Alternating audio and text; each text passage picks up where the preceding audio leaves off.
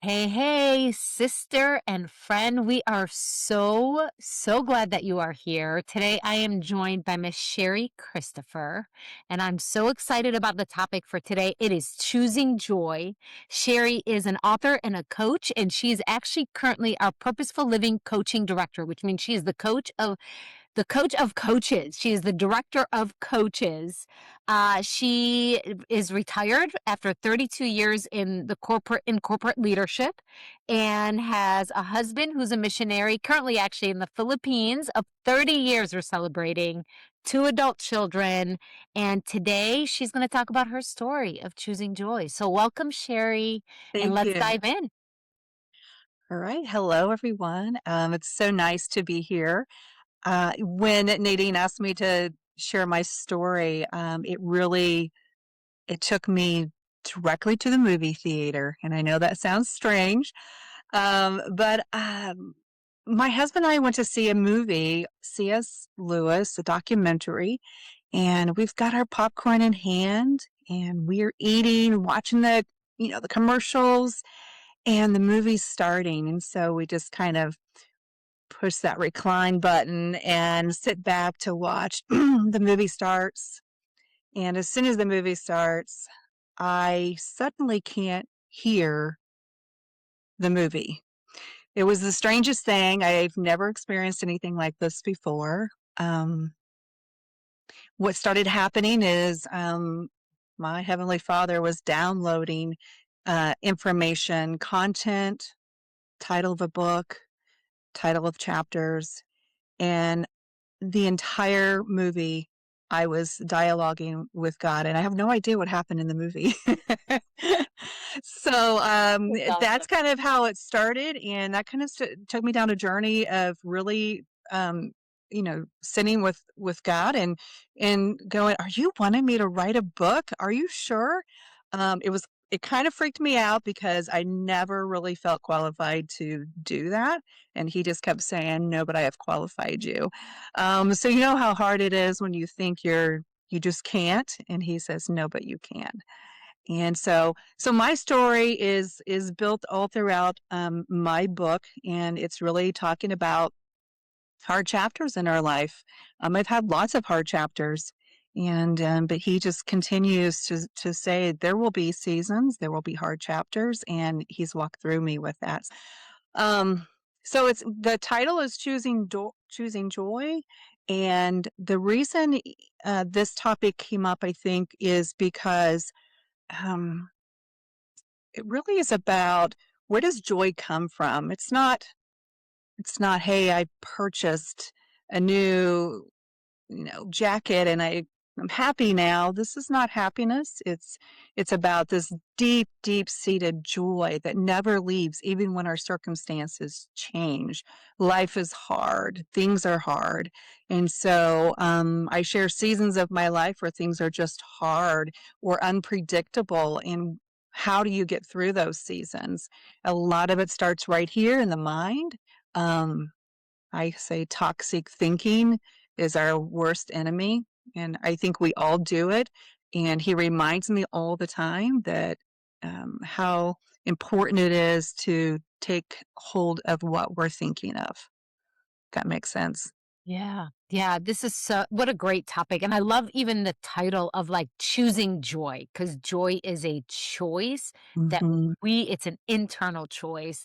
And I love, there's so many things that you said that like, I love his voice. I love his voice. And maybe in the next episode, we can even talk about how do we hear his voice? Because I know there are Mm. so many women who want that desire of like, "Wait, what? You were at the movie theater and then he just like you could hear him, and how does that even happen?"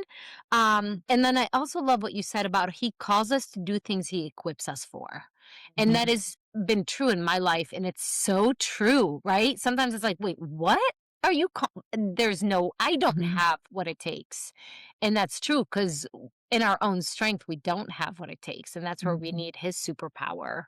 And I also love that you said there is a season for everything. There's a season where, It's hard. Mm.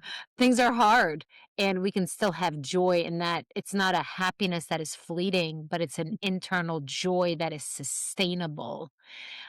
So there's a lot that you've already said. I'm curious Mhm. to hear about seasons in your life, Sherry, where maybe you didn't have that joy and why this might be so meaningful to you and what has led to this. Sure. Yeah, absolutely. So, God has reminded me that, we have seasons that build us.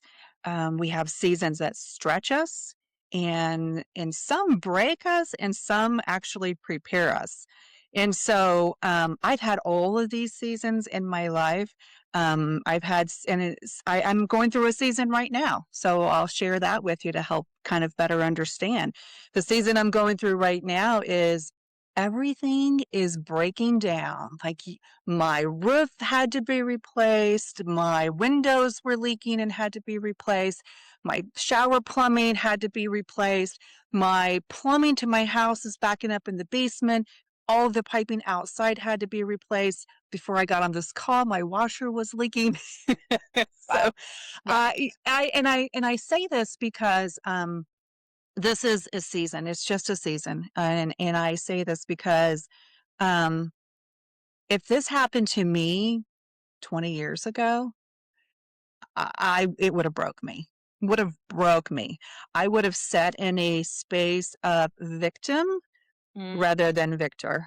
And so, the difference between me now and where I used to be is that I am binding the enemy no more. Leave my family alone, leave my home alone, leave my things alone, like in Jesus Christ, and proclaiming that over all that God has given us, and that it's His. It's is all His anyways.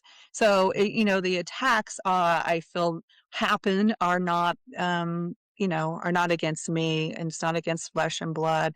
And and so I have a choice. I have a choice to sit and go, woe me, or I go, okay, well, we're gonna figure it out. Yep, this is not good. It happened.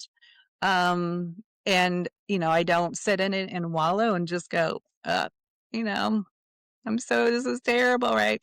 I think mhm. that's so important. Of what we speak, can it gives life to it. So if we speak, um, everything's terrible, it's never going to improve, and or we're complain, I think more of it continues, right? And so God is he's already overcome. He's already overcome these issues. And so I'm just, trusted in him. And I think a lot of this is the word trust. Mhm. And so God knows already that financial challenges has always been an area that I had to trust him in. And he's continued to stretch me. And this is another stretching season. And so I'm like, okay, I feel like I'm doing much better this season than I've ever done in the past with not freaking out completely. Yeah.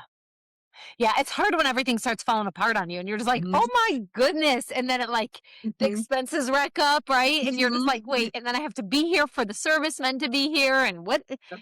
Yes, yes, I can relate to that season. I love what you said about there are seasons that build us, Mhm, seasons that stretch us, mhm, seasons that break us, seasons that mm, prepare us. And I have found, at least in my own life, I've walked through a few seasons that could have broke me, mm, but it was through that brokenness that I was renewed. It absolutely. was almost like something Mm, had to break mm, in order for new to break through. And mm, so I just want to speak that out to you, sister. If you're listening and you're going through a season where it feels like you are breaking, maybe it's because there's new around the corner. Maybe it's because God, actually, I know God will use it for good. Like what the enemy means for harm, God will use for good to save the lives of many. That is in Genesis 50:20. I hold on to that through hard seasons. And so I just want to declare that over you. And just that reminder of there is a season for everything under the sun. This is not going to last forever. But I love there's a couple things you said that I wanna kind of expand on. There you were talking about, like, this space of victim versus a Mm, space of victor, and mhm, I'm curious, like, can we dive a little deeper here of, like, what does a mhm, space of victim look like? Maybe in ways that you've walked it out. What is mhm. that how does that feel? How does that look? And then what's the opposite? Yeah, absolutely. You know, I think of, victim is, I mean, I think of the hard chapters in life where you can't prevent hard chapters. You just can't prevent it. It's going to happen. And so, whether it is death of a loved one, whether it is the death of a friendship, a job, whatever it might be, means it's the end of that season or chapter Mhm. that takes place. It can really spiral you into depression if you allow it, or Yeah. anxiety, or fear. And so, rather than sitting in that space, I've really had to dive into what is God's truth? Mhm. What is He saying? And when those, the thoughts actually start in our mind. Our thoughts do not even, you know, we don't even give life to them until it starts in the mind. So we have to be able to take control of our thought patterns, and we have to align those with God. What is He saying? What is the truth? Is I think it's Matthew 15:18, and he talks about what comes from the mouth comes from the heart.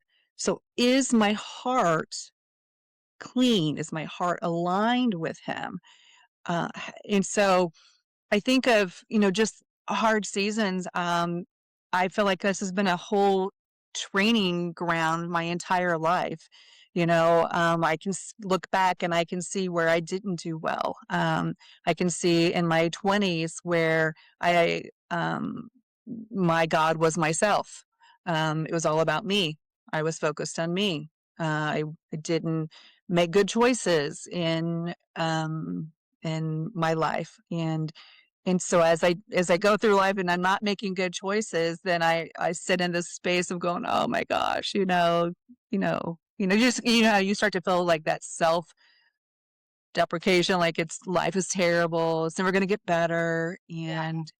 and so as you grow and you really lean into what God's word is saying, and you believe it and you speak it, it changes you. It just changes you. So being in the word is so, so, so important, because if you don't know his word, how do you battle? How do you go against the darkness? That's what I want to know. Mm. So talk to me like I want like practical. So talk to me victim mentality, wash Mhm. your breaks, all the things happening in the house. What does victim mentality say versus a victor mentality say? What does choosing joy say versus choosing to sit and poor me? Yeah. So I think of, What relationships. So that comes up in my mind. So, um, married, 30 30 years of marriage.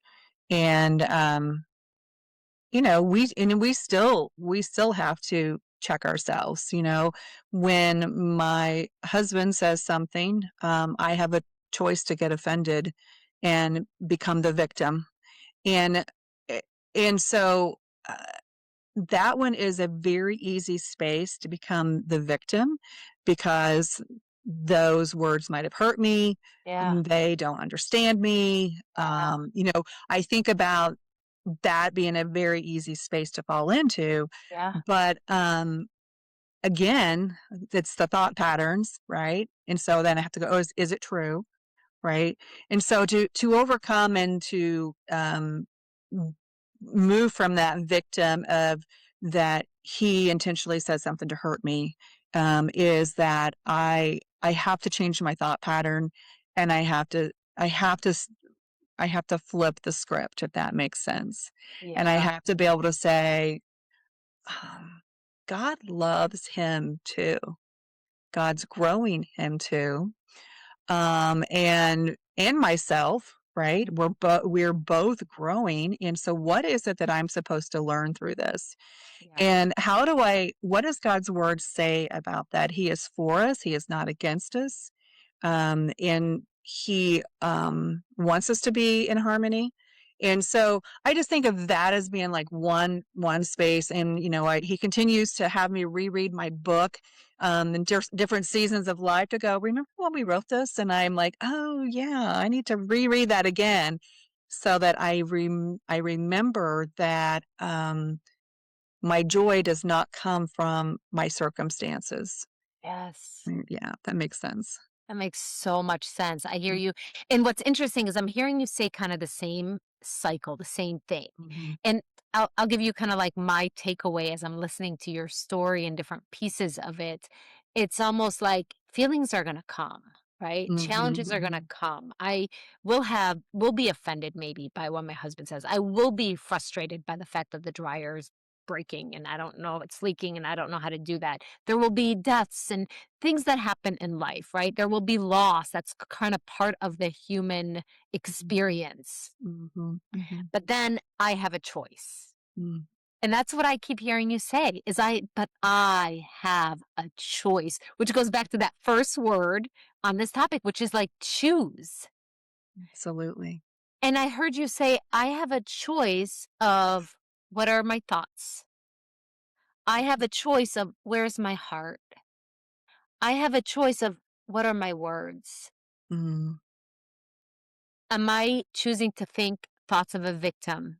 Am I choosing to sit and dwell in this victim mind, heart, mm, identity, right? Am I speaking as a victim or mhm. am I going back to truth? Absolutely. And you know what? Sitting in a space of victim years ago when I was I wasn't learning, it would ruin my entire day. My day would be done with Yeah. because I allowed somebody to ruin my day, whatever that might have been, whether it was my job didn't go the way I wanted it or a relationship didn't go the way I wanted, it would absolutely rock my entire day and it would steal my peace. Yeah. But over the years, I've learned what it looks like to be a victor is to battle on your knees and not with each other. That's so Yeah. good. Yeah, that's powerful. Um, okay, there's so much here, but we got to keep moving. Okay, so the other thing I heard you say earlier is it's all his. Mhm. It, and I think that's also such a powerful concept. Can you expand on that a little bit? Sure. Everything we have, he provides for us. The money we have, he provides for us. I remember when I was making $6 an hour, and I thought I was making a lot of money, right? And but with everything that he gives us, there's more responsibility. And if I didn't have a home to live in where I was buying, I wouldn't have all the things falling apart, right? If I was renting, I would be dependent on somebody else to fix that for us, and I wouldn't have as much responsibility. But with more that he gives and the more responsibility we have, and so I just think that it all is his in the first place, and he can give and he can take away. Yeah. Yeah. I love that concept of like, there are people who don't even, some people have to go to what is the place? Um, to get their clothes washed, Oh yes, laundry, uh, like a laundry. laundromat. Yeah. Thank you. That's what I'm talking about. Like, those exist. There are people Yes. who actually have to go there. I have a washer and dryer in my actual home. Like, I have a Mhm, dishwasher. I have a home that is mhm. warm. Some people don't even have a home. They're out on the street. Yep, So you're right. It's always such a matter of perspective, and it's like it's a gift. absolutely. So I love that. And then I love you said something earlier. Also, I wrote it down word for word. You said, "My life is a training ground." Mm, And I yes. think this would be such a great way to kind of wrap up this topic from your perspective, your story of like, how have you seen God train you up to become this woman who is now retired, living a good life, a content life, and who chooses joy. Yeah. A great question. And, I think looking back and I realized that, there were a lot of times that God was silent and I thought that, did you leave me, Lord? Are you not there? And I realized that when he was silent, I was pressing in harder and I wanted more of his presence. And so, when do we feel like sometimes he's silent? Sometimes I feel like he's silent because we're going through a hard time in life. For example, a death, and it's like, where are you, Lord? My heart hurts, or whatever that might be. But over time, he has showed me that his silence does not mean he's not present. He is simply, saying, "You're in training. You're in training." And so, what am I learning through each season? Every chapter of our life is a training ground. We can learn from it. If we don't learn from it, sometimes it just happens to repeat itself. And so it repeats itself until we get it. What is it we're supposed to get? What are we supposed to learn? So again, it goes back to, don't be the victim, like, oh, woe me. Things are going to go wrong. They just are. We can't prevent it. God says we will have trouble in this life. We just Yeah. will. And so, but we have a choice on how do we respond to those troubles, right? How do we respond to them? So, um, yeah, I don't even know where my train of thought was going, where else, but That was so well said, and it's so true. It's almost like if we're not learning the lesson, Mm, it's gonna keep coming back. So mhm, there is so much wisdom in us instead of sitting in, "Poor me, why is this happening? Why does this always happen to me?" Going, mm, "What's the lesson I'm meant to learn today? How do I need to grow? How do I need to stretch? How do I need to change? What do I need to do? What is the lesson?" Because my life is a training ground. I love that. So, as we wrap up this episode, as far as your story with choosing joy, is there anything that you want to say to a sister who's listening? I would just say,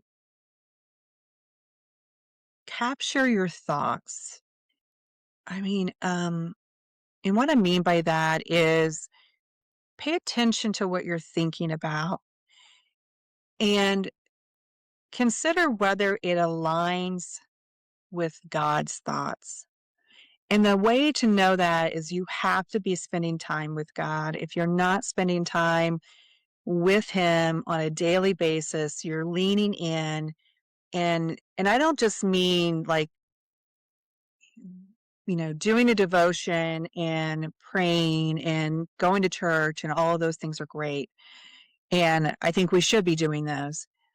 But are we stopping to listen? Are we taking the pause to listen and wait and and let him minister to your heart? Let him show you what joy looks like.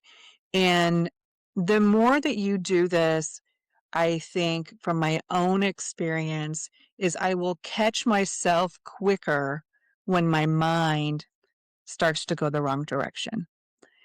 And so I hope that helps. And yeah, I hope that helps. I don't know if that makes sense, but It it's makes really about capturing those thoughts. Yes. Yeah, that makes a lot of sense. And here I am, taking crazy amounts of notes. I always get so much listening to these podcasts myself.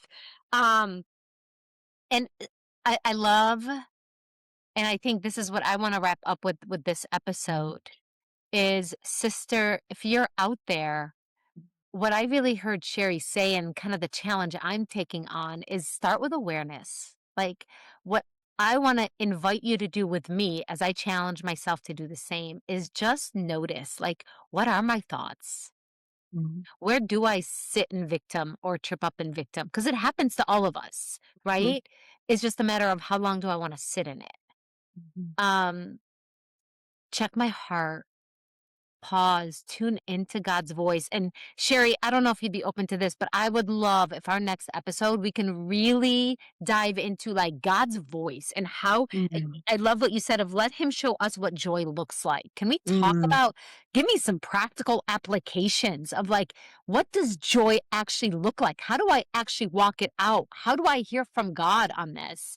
And so we can dive into that on the next episode. But for today, sister, know that you are loved, that you are not alone, and that you have a choice every day in every moment, and you get to choose joy. So choose joy today. We love you, and we will talk to you soon.